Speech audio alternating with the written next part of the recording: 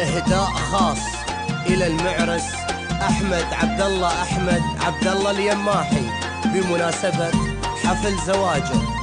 كلمات سيف المذروب الريسي، أداء فرقة المذاريب الحربية. سلام وافي للذي معنا حضر، يا مرحب بشوف العرب من كل دار.